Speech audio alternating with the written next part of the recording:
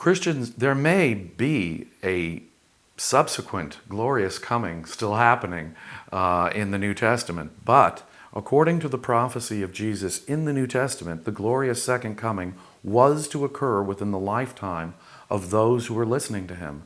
Early Christians would have heard that and taken it literally.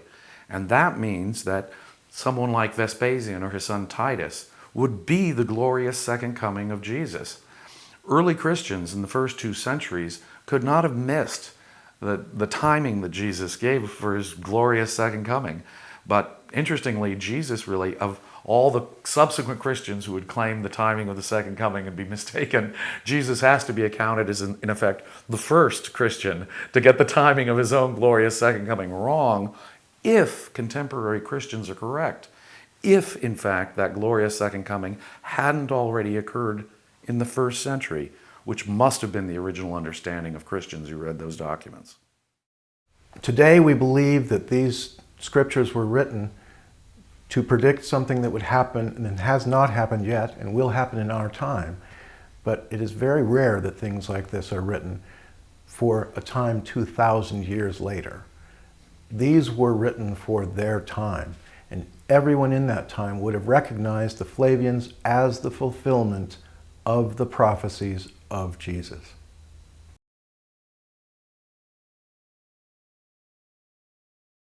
We had to ask immediately after this coincidence came to us, who was this man, Titus, who fulfilled Jesus' prophecy within the time period that Jesus predicted? How could he have so perfectly manifested what Jesus predicted? And no one has ever thought of who he was.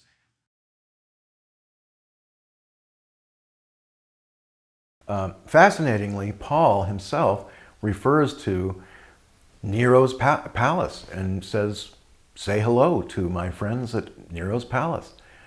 This is quite a remarkable thing for a New Testament protagonist to be bragging about his relation with Caesar.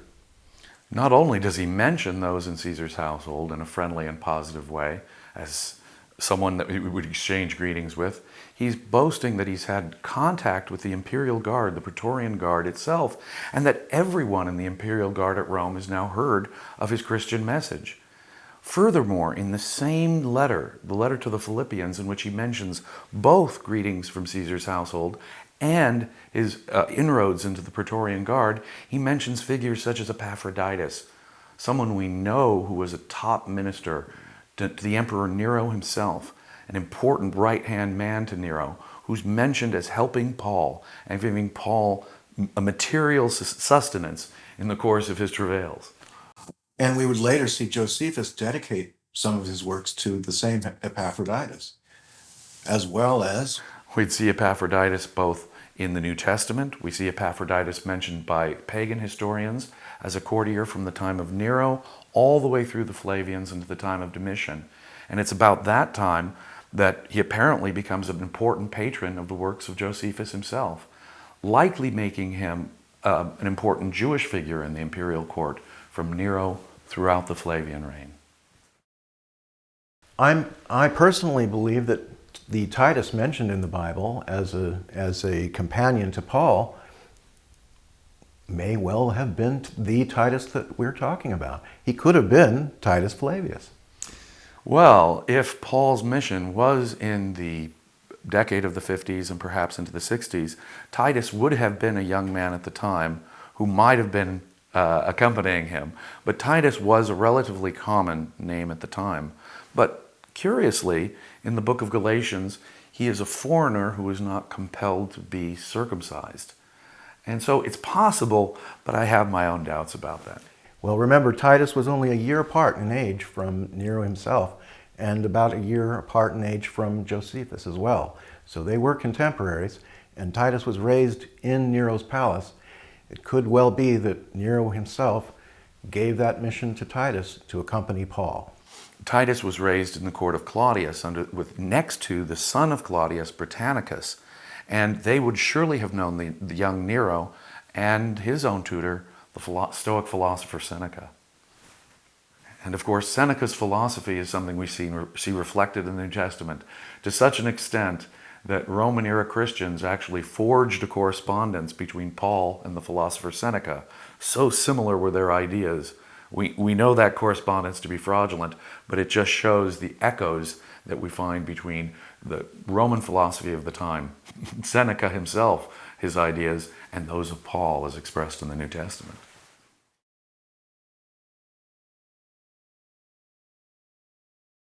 And it's notable that Titus himself died, according to some ancient historians, by eating the poisonous sea hare, which was referred to in those days as a fish. So the fact that we have Titus himself dying by fish and we have St. Clement dying by anchor could be a symbolic statement by Domitian. Symbolic, I think. The historian Suetonius tells us that it was a fever, natural causes that killed Titus, which may in fact be more accurate. But Titus did have a very short reign and was succeeded by his brother, and many people must have thought that Domitian had done his brother in. Symbolically, we may be getting a very interesting reference that a fish was used. Our source for this is Flavius Philostratus, perhaps the descendant of a Flavian freedman 100 years later, telling us this legend of how Titus was killed by a fish, most interestingly. A very curious fact that we also discovered in the course of our investigations was that shortly after what appears to be a persecution of the pro-Jewish or Christian elements within his own dynasty, Domitian himself was assassinated with apparently in a conspiracy with the assistance of a slave named Stephanus, a name of biblical significance, and may have led directly to his death.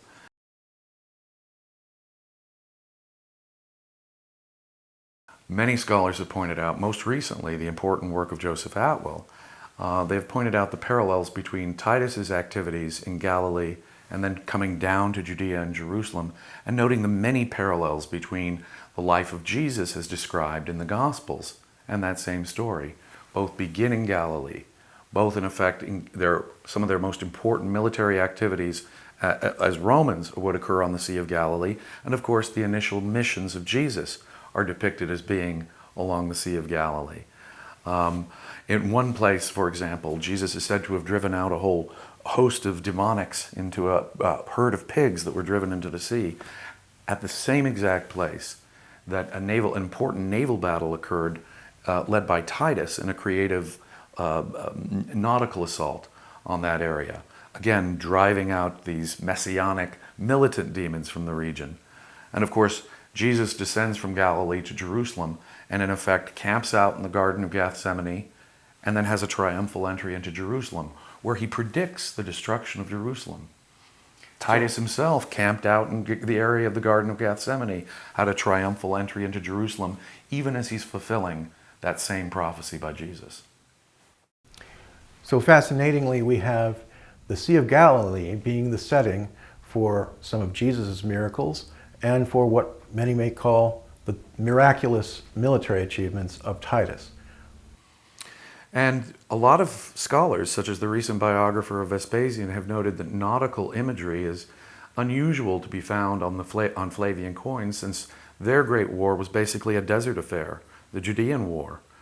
But for these activities on the Sea of Galilee, there'd be really no reason for all the nautical imagery that we see on Flavian coinage. So it was their activities on the Sea of Galilee was an important element of their propaganda.